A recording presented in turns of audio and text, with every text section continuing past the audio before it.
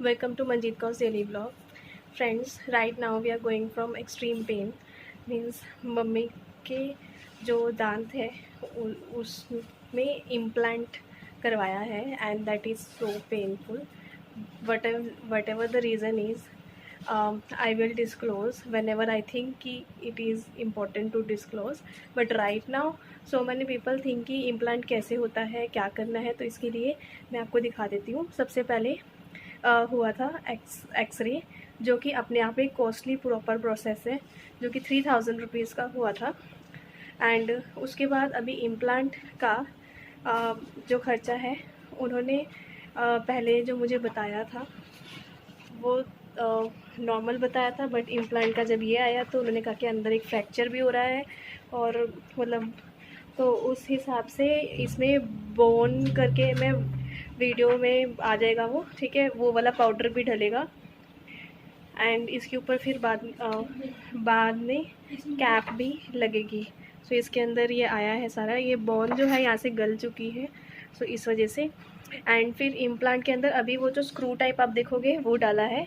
And process is bit long कि अभी तो मम्मा को थोड़ा क्या बहुत पेन भी होता है, दवाइयाँ खा के नॉर्मल हो रहे हैं. एंड उसके बाद जब इम्प्लांट हो जाएगा तो उसके बाद 3 मंथ्स के बाद उसके अंदर लगेगा कैप, ठीक है. So let's see.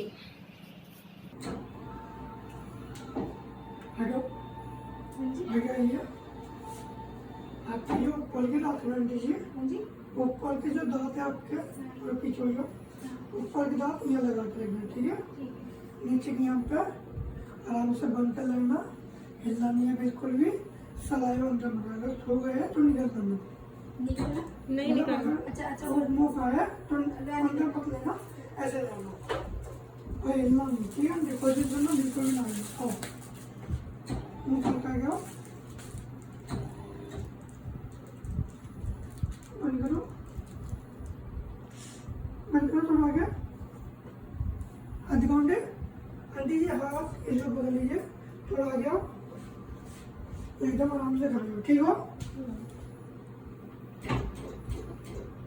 कंफर्टेबल हो एकदम, ठीक है. हाँ जी, वहीं पे जो खाली हो गया आगे का भी दिख रहा है.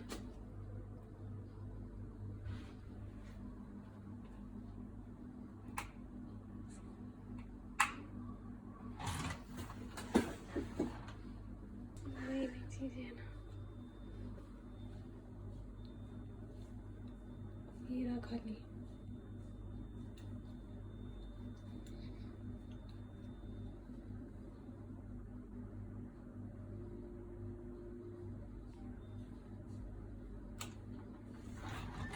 हो गया.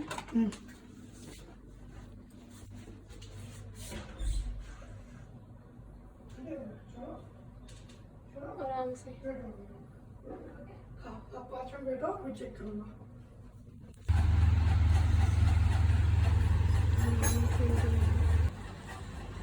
स्क्रू डलेगा पीछे, इम्प्लांट है ये. अभी तो एक ही कंपोनेंट है, इसका एक दूसरा कंपोनेंट. ये इसमें लेंथ होती है, चौड़ाई होती है इम्प्लांट में, कि कितना अंदर जाएगा कितना बाहर जाएगा. अभी दान लगा के देखने क्या लगेगा. लगेंगे.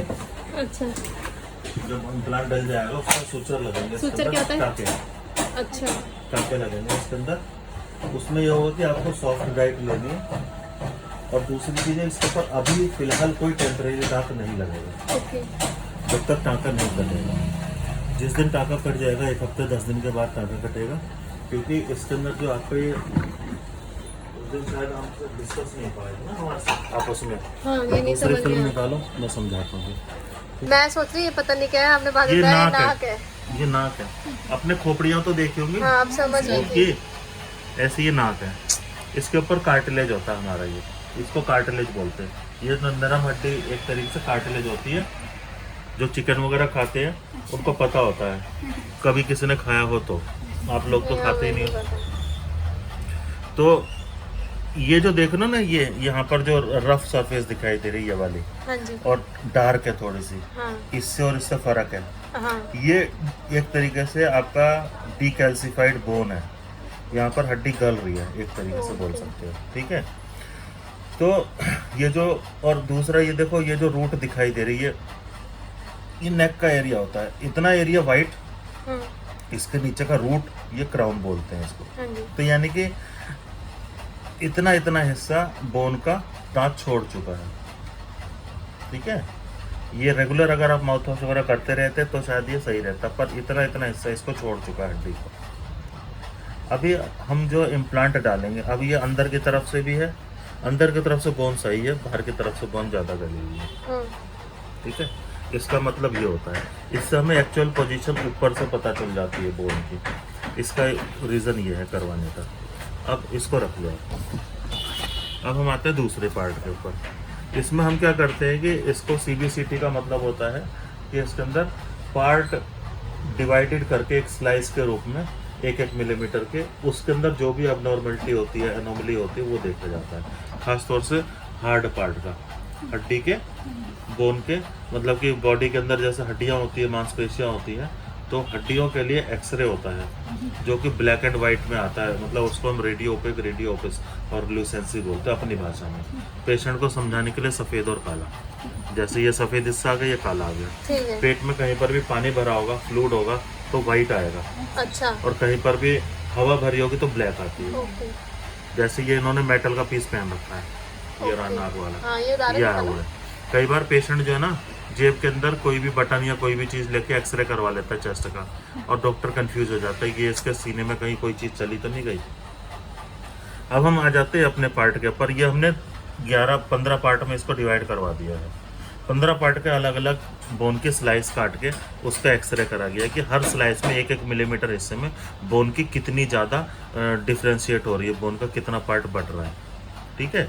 अब इसके अंदर जैसे हमने सेंट्रल इंसाइजर से शुरू करा है, ये बीच का पॉइंट जो है ये नस है, ठीक है, सेंट्रल में होती है बिल्कुल, ठीक। हर एक दांत के सेंटर में देखो। तो यहाँ से हमने शुरू कर दिया, करीबन 3 मिलीमीटर की मोटाई के बाद ये सेंटर इंसाइजर खत्म हो जा रहा है। ये देखो तीसरे स्लाइस के बाद खत्म हो गया, 1 2 3 खत्म हो गया ना। यहाँ पे थोड़ा सा बचा वो इसमें आया हुआ हल्का सा। चौथी स्लाइस के बाद और आपकी 15वीं स्लाइस तक ये खाली स्पेस है। 15वीं स्लाइस ये है, ये समझ लो आपका कि स्टार्टिंग 13वीं स्लाइस से हो रही है। ये इसमें भी देख लो 13वीं स्लाइस से स्टार्टिंग हो रही है। हाँ जी, तो 13 में से 3 घटा दो, 15 में से 6, 9 बचे। 9 मिलीमीटर का स्पेस हमें मिल रहा है काम करने के लिए, ओके, यानी कि 5 मिलीमीटर से लेकर हम 11 मिलीमीटर तक के स्पेस में, 6 या 7 मिलीमीटर के स्पेस में काम कर सकते हैं। हमें ये दांत लगाना है तो हम सेंटर में लगाएंगे, ठीक है, दोनों दांतों के बीचों बीच। तो सेंटर वाली पोजीशन 15 से 11 से 15 के बीच में आती है हमारी 7वीं और 8वीं, 8 दूनी 16, 7 दूनी 14, यानी कि 7.5। तो 7वीं और 8वीं स्लाइस के अंदर हमें जाना पड़ेगा। हाँ जी, 7वीं 8वीं स्लाइस के अंदर अब हमें देखना है कि इसमें जो हमारे पास हड्डी कितनी है। 7 मिलीमीटर की मोटाई है ये हड्डी के ऊपर से, एल्वुलस बोलते हैं इसे, एल्वुलस बोन बोला जाता है। ये 8 मिलीमीटर की मोटाई है, ये 7 मिलीमीटर की, ठीक है। ये जो 1.8 मिलीमीटर बता रहा है, ये जो है ये एक स्पाइक उठा हुआ है बोन का, जहाँ से दांत जो होता है वो कैविटी के अंदर होता है, उसकी किनारी जो होती है वो ये है, ठीक। हम इसको प्लेन कर देंगे क्योंकि एक तरीके से उसको फ्लैट सरफेस के ऊपर इम्प्लांट लगाएंगे। तो इसमें से हमें दोनों तरफ बोन भी रखनी पड़ेगी इम्प्लांट के। तो 1.5 मिलीमीटर कम से कम बोन रखेंगे, तो 7 मिलीमीटर का, 4 मिलीमीटर का इसके अंदर हम इम्प्लांट डाल सकते हैं, और 7 मिलीमीटर इसकी मोटाई है हमारे पास। अब इसके अंदर ऊपर की तरफ से, यहाँ से देखोगे, यहाँ से बोन कम दिख रही है आपको, हाँ जी, अंदर ज़्यादा है, ऊपर की तरफ से कम है उनमें। जैसे कि यहाँ पर मैंने पिछले वाले एक्सरे में बताया था, हड्डी वहाँ से गल रही है, तो हमें यहाँ पर बोन ग्राफ्ट भी डालना पड़ेगा ऊपर की तरफ से।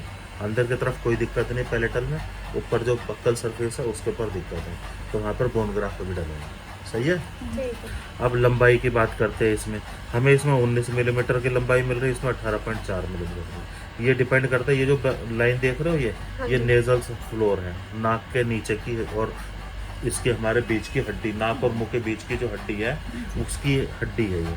अगर हम इसके पार चले जाएंगे इम्प्लांट लेके, तो फिर यहाँ पर परफोरेशन हो जाएगी, यहाँ से जो नाक गिरेगी वो मुंह में से आएगी। इसलिए हमें यहाँ पे 2 मिलीमीटर ऊपर छोड़ना है, 2 मिलीमीटर नीचे छोड़ना है। तो 18 में से 4 गए 14, तो अभी 14 लिया तो 14 मिलीमीटर इसलिए लिया।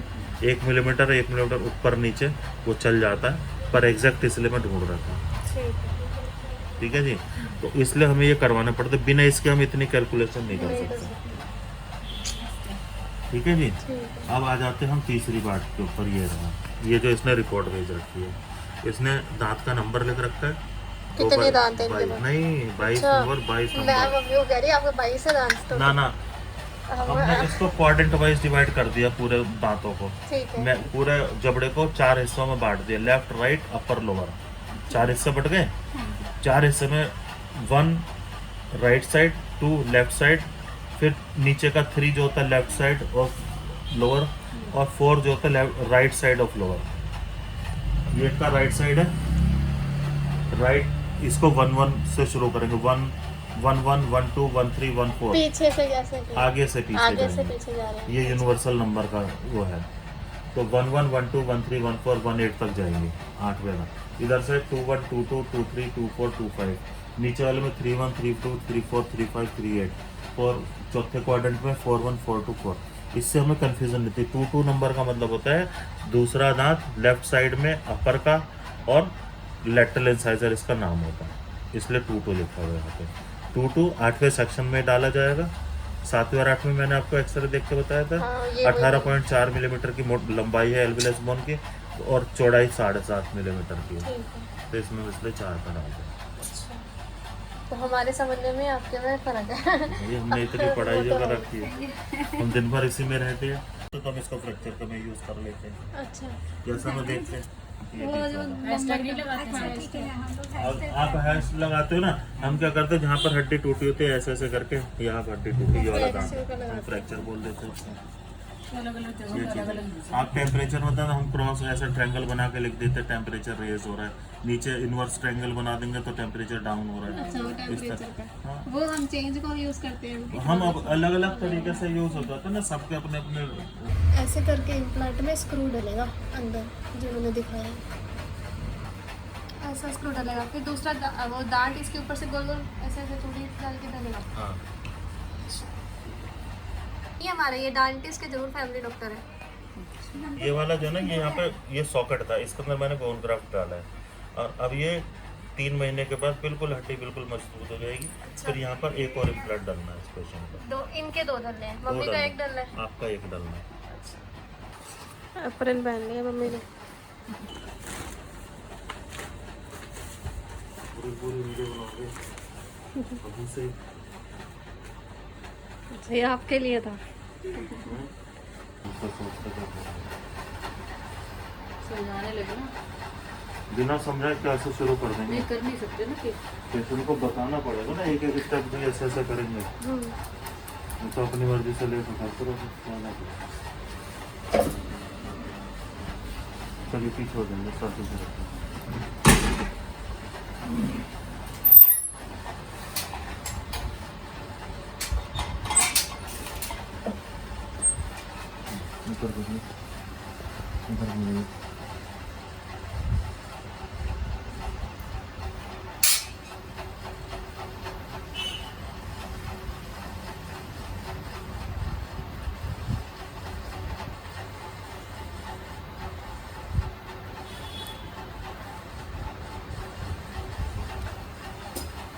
बंद करना।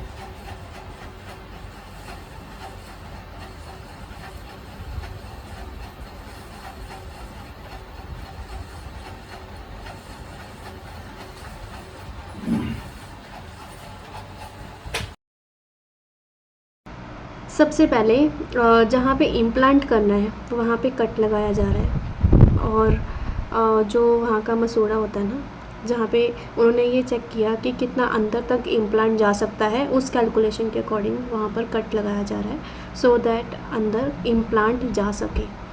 सो अगर आपको इन सब चीज़ों से मतलब डर लगता है या कुछ, तो आप वीडियो को थोड़ा बीच बीच में से करके देख लीजिए, बिकॉज़ मेरा ये वीडियो बनाने का मकसद बेसिकली यही है कि जो लोग इम्प्लांट के लिए जाते हैं उनको पता चल जाएगा कि एक्चुअली इसमें होता क्या है।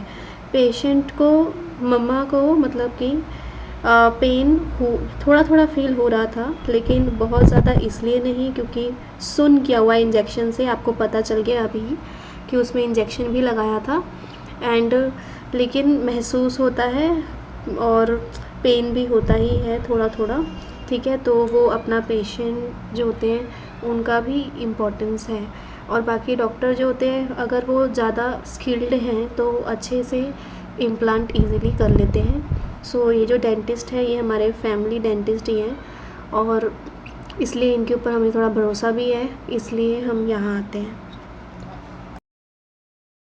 हम नॉर्मल प्रोसेस में देखते हैं कि डेंटिस्ट लोगों के पास जो सक करने वाला होता है जिसके अंदर पानी सक होता है या फिर ब्लड सक होता है वो ट्रांसपेरेंट होता है।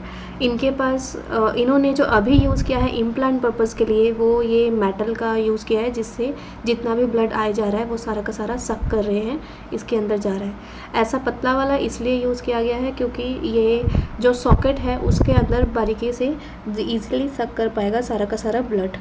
तो जितना भी, क्योंकि इस प्रोसेस में ब्लड बहुत ज़्यादा निकलता है इसलिए वो सारा उसके अंदर जा रहा है। सो फ्रेंड्स, बीच बीच में दर्द महसूस होती है तो मम्मी हाथ उठा रहे थे। सो अभी वीडियो थोड़ा सा फास्ट किया हुआ है मैंने, और आप देख सकते हो इस तरीके से यहाँ से पहले खड्डा किया जा रहा है और मसूड़ा थोड़ा ऊपर उठाया जा रहा है एंड फिर उसके अंदर क्योंकि इम्प्लांट डालना है इसलिए।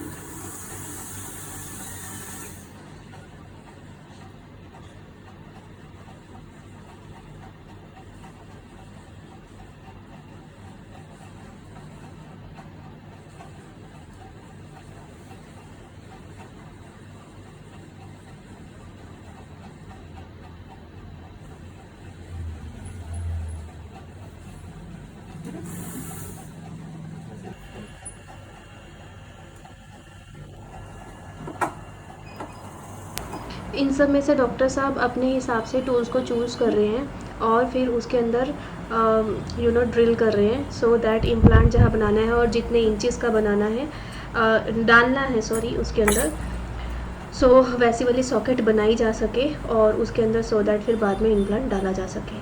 अभी क्या हुआ है कि अभी जो मसूड़ा है वहाँ से एक तरीके से हटा दिया गया है और फिर वहाँ से इम्प्लांट के लिए जगह बनाई जा रही है।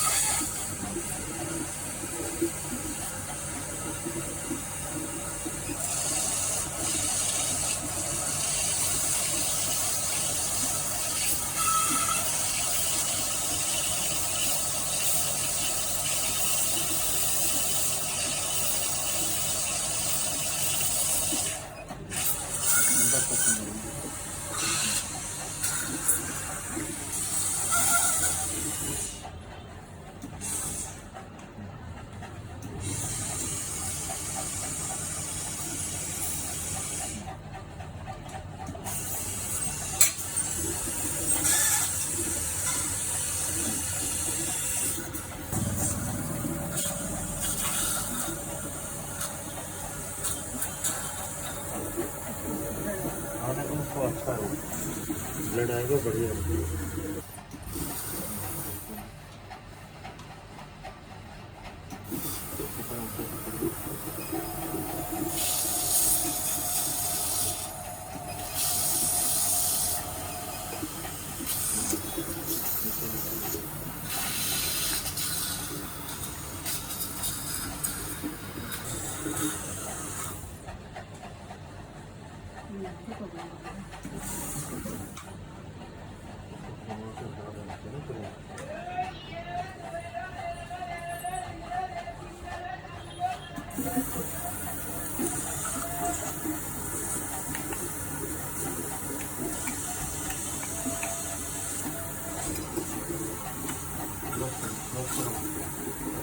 क्या हो गया?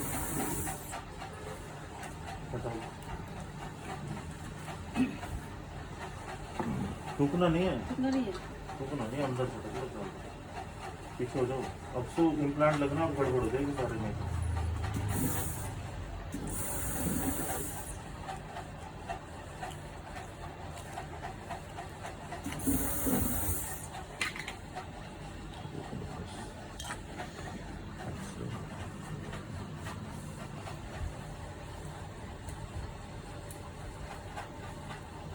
इसको हाथ से टच नहीं करना है, तो इम्प्लांट को कर देता ये होता है इम्प्लांट। अभी दिखाते हैं ऊपर।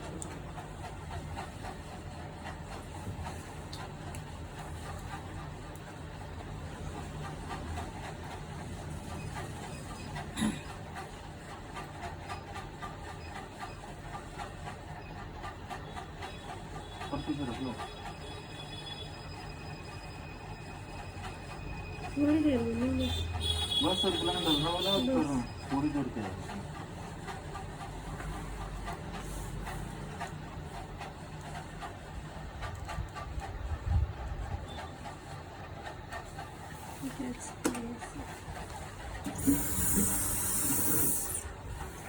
ऊपर करो, अब कुछ मत करो। हाँ, पीछे कर लो उसको।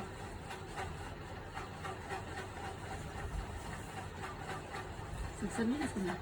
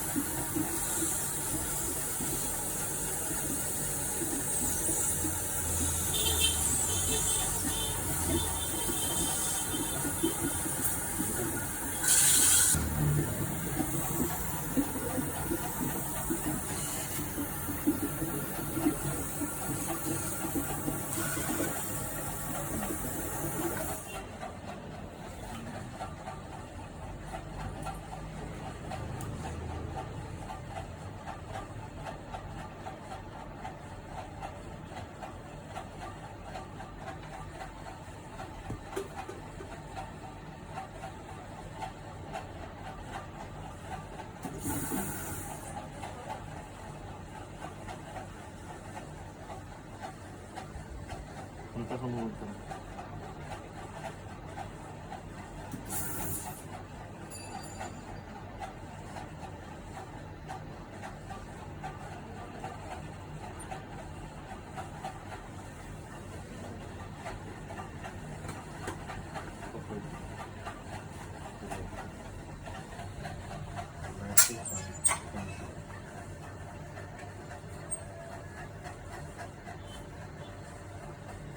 गिरा मत है ना।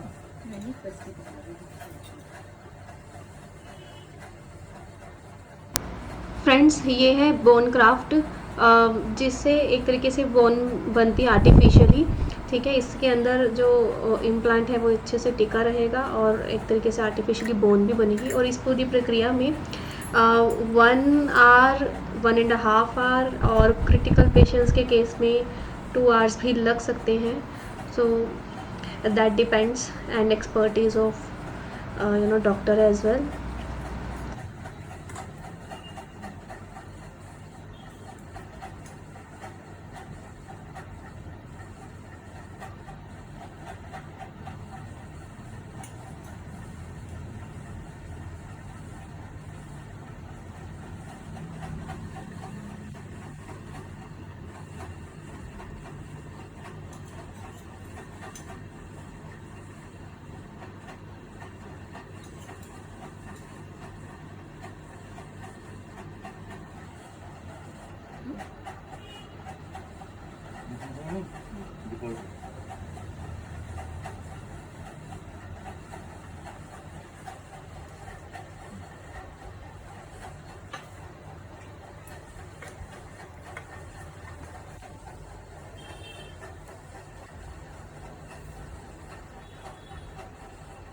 इसको कहते हैं कुछ बोन वाला, बोन क्राफ्ट होता है ये। Bone craft. हड्डी का क्राफ्ट है ये। हड्डी है।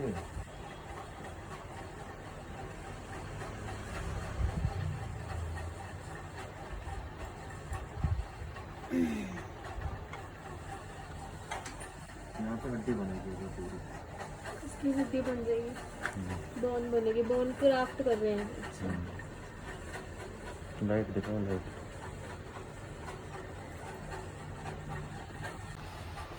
इसके बाद टांके लगेंगे।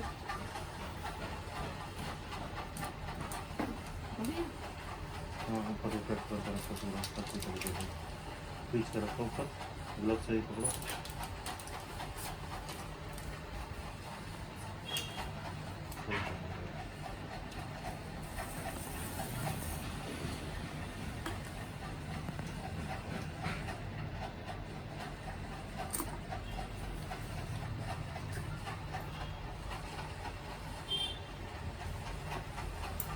इतना बड़ा बड़ा मशीन है।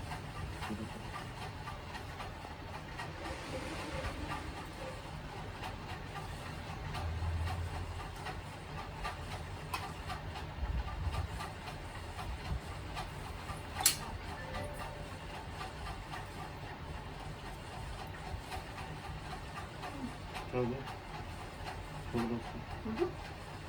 मैं छोड़ूं? पीछे रखो।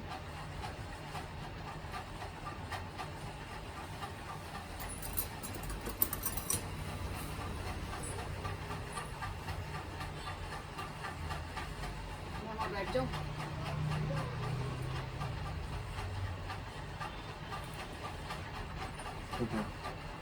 हाँ तो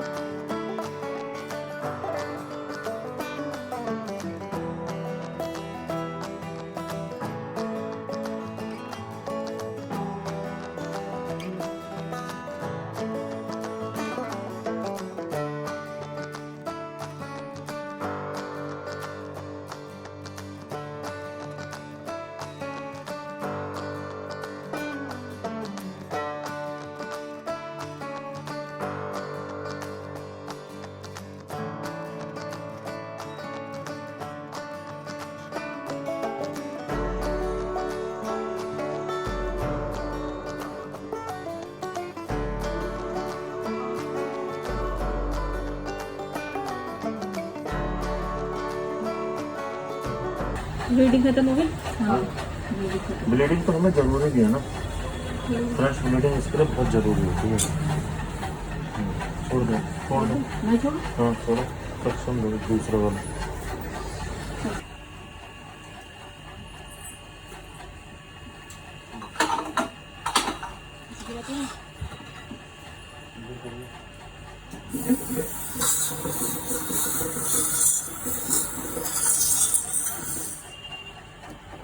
सेक्शन देना।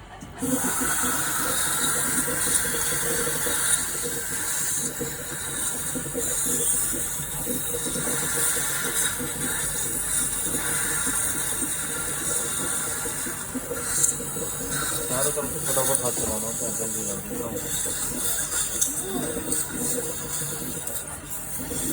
छोड़ दो, हटाओ, वो बंद कर लो।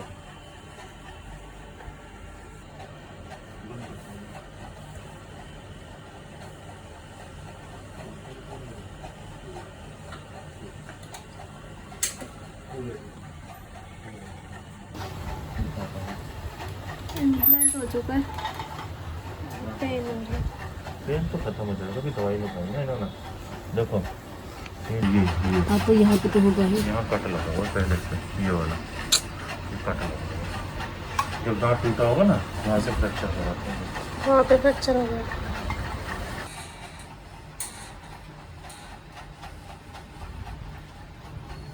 इधर आना जरा, एक्सरे हो रहा है। बटन दबाना जरा, बीच में काला सा जो।